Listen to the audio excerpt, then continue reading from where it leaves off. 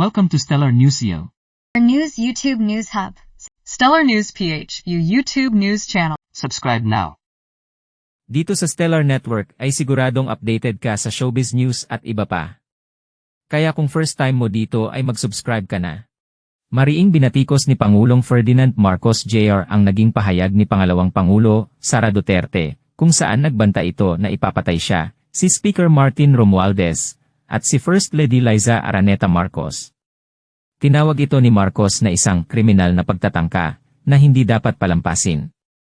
Marcos, nakakabahala ang mga banta. Sa isang talumpati, sinabi ni Marcos na ang ganitong mga pahayag ay delikado, hindi lamang para sa mga opisyal ng gobyerno kundi pati na rin sa karaniwang mamamayan. Nakakabahala ang mga pahayag na narinig natin nitong mga nakaraang araw.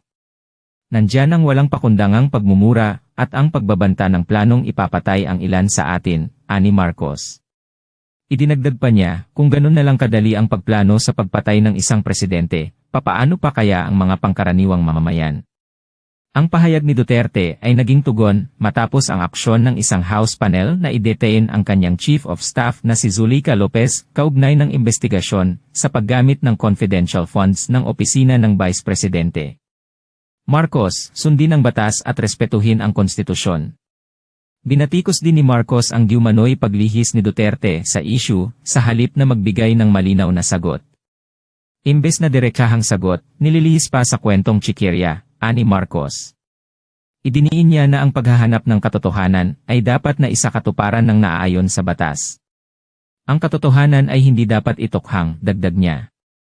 Bilang isang dating mambabatas, binigyang diin ng Pangulo ang kahalagahan ng independent na mandato ng Kongreso. 12 taon din ako nanungkulan sa magkaparehong kamara ng Kongreso. Batid ko ang kapangyarihan iginawad sa kanila ng taumbayan at ng ating konstitusyon. Dahil dito, iginagalang ko ang kanilang gawain bilang isang independenteng sangay ng ating republika, pahayag ni Marcos. Panawagan para sa pagkakaisa at responsibilidad. Nagbabala ang Pangulo laban sa paggamit ng maruming taktika sa politika na maaaring magdulot ng mas malaking problema sa bansa. Kailangan manaig ang batas sa anumang sitwasyon, sinuman ang tamaan. Kaya hindi ko hahayaang magtagumpay ang hangarin ng iba na hatakin ang buong bansa sa burak ng politika, ani Marcos. Hinikayat niya ang mga opisyal na magtuon sa kanilang tungkulin para sa kapakanan ng bayan. Habang umiinit ang tensyon sa pagitan ng mga leader, lumalalim ang tanong kung paano haharapin ng gobyerno ang ganitong mga issue, lalo na sa harap ng patuloy na pagsusuri ng publiko. Ang mga kaganapang ito ay nagbubukas ng diskusyon ukol sa tamang paraan ng pamumuno sa ilalim ng demokrasya. Mariing binatikos ni Pangulong Ferdinand Marcos Jr. ang naging pahayag ni Pangalawang Pangulo, Sara Duterte, kung saan nagbanta ito na ipapatay siya, si Speaker Martin Romualdez, at si First Lady Liza Araneta Marcos. Tinawag ito ni Marcos na isang kriminal na pagtatangka na hindi dapat palampasin. Marcos, nakakabahala ang mga banta. Sa isang talumpati, sinabi ni Marcos na ang ganitong mga pahayag ay delikado, hindi lamang para sa mga opisyal ng gobyerno kundi pati na rin sa karaniwang mamamayan.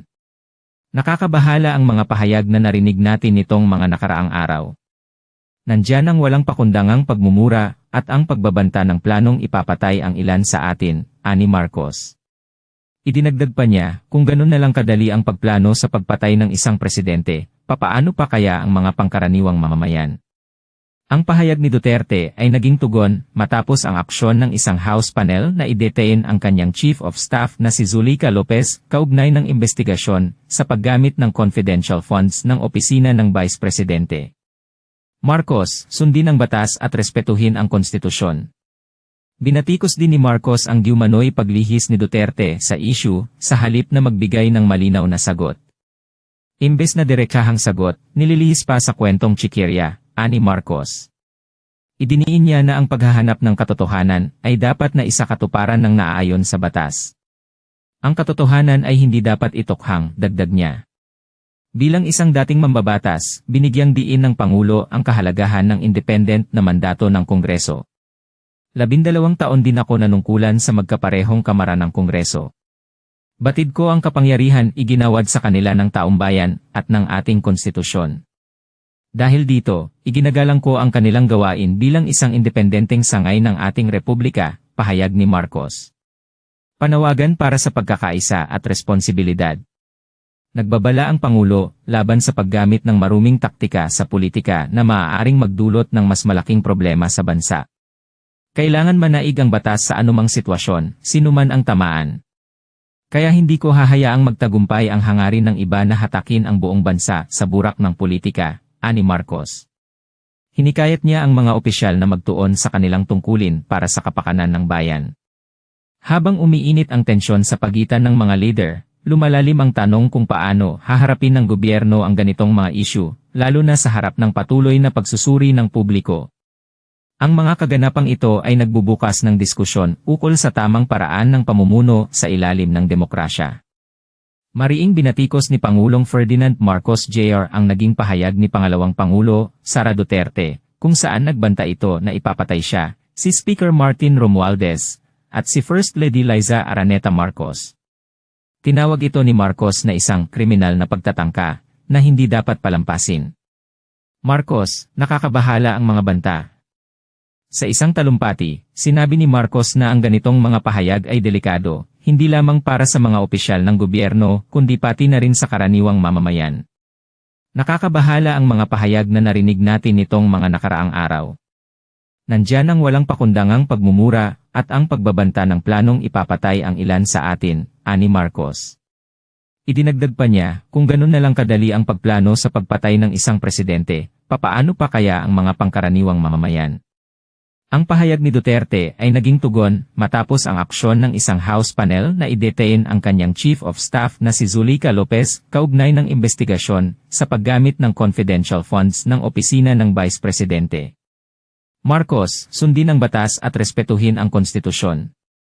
Binatikos din ni Marcos ang diumanoy paglihis ni Duterte sa issue sa halip na magbigay ng malinaw na sagot.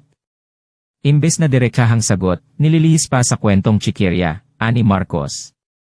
Idiniin niya na ang paghahanap ng katotohanan ay dapat na isakatuparan ng naaayon sa batas. Ang katotohanan ay hindi dapat itokhang, dagdag niya. Bilang isang dating mambabatas, binigyang diin ng Pangulo ang kahalagahan ng independent na mandato ng Kongreso. 12 taon din ako nanungkulan sa magkaparehong kamara ng Kongreso. Batid ko ang kapangyarihan iginawad sa kanila ng taumbayan at ng ating konstitusyon. Dahil dito, iginagalang ko ang kanilang gawain bilang isang independenteng sangay ng ating republika, pahayag ni Marcos. Panawagan para sa pagkakaisa at responsibilidad. Nagbabala ang Pangulo laban sa paggamit ng maruming taktika sa politika na maaaring magdulot ng mas malaking problema sa bansa. Kailangan manaig ang batas sa anumang sitwasyon, sinuman ang tamaan. Kaya hindi ko hahayaang magtagumpay ang hangarin ng iba na hatakin ang buong bansa sa burak ng politika, ani Marcos. Hinikayat niya ang mga opisyal na magtuon sa kanilang tungkulin para sa kapakanan ng bayan. Habang umiinit ang tensyon sa pagitan ng mga leader, lumalalim ang tanong kung paano haharapin ng gobyerno ang ganitong mga issue, lalo na sa harap ng patuloy na pagsusuri ng publiko. Ang mga kaganapang ito ay nagbubukas ng diskusyon ukol sa tamang paraan ng pamumuno sa ilalim ng demokrasya. Ano ang masasabi? This has been Angelo, hanggang sa susunod na balita.